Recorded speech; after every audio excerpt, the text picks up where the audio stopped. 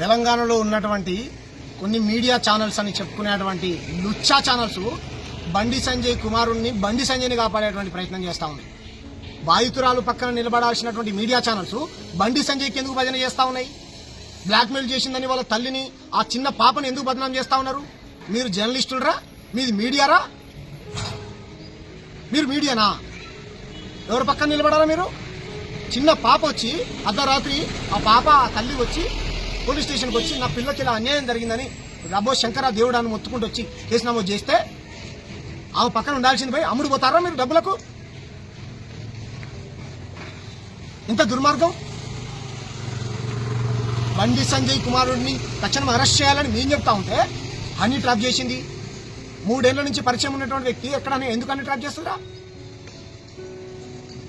గతంలో కూడా అంతే. టెక్ మహేంద్ర యూనివర్సిటీలో ఫుల్గా మత్తు పదార్థాలు తీసుకొని తాగిపోయి ఇలా పడితే తన తోటి విద్యార్థుల్ని పిడిగుద్దులు గుద్ది మొత్తం రక్తం వచ్చేలా చేశాడు. ఈయన తండ్రి ఏమో గూండాలను పంపించిండు ఎమ్మెల్యేలను చంపడానికి, కాంగ్రెస్ వాళ్ళని, బీఆర్ఎస్ వాళ్ళని. తెలియదురా ఇవన్నీ కనిపిస్తున్నాయి రాష్ట్రంలో మీకు?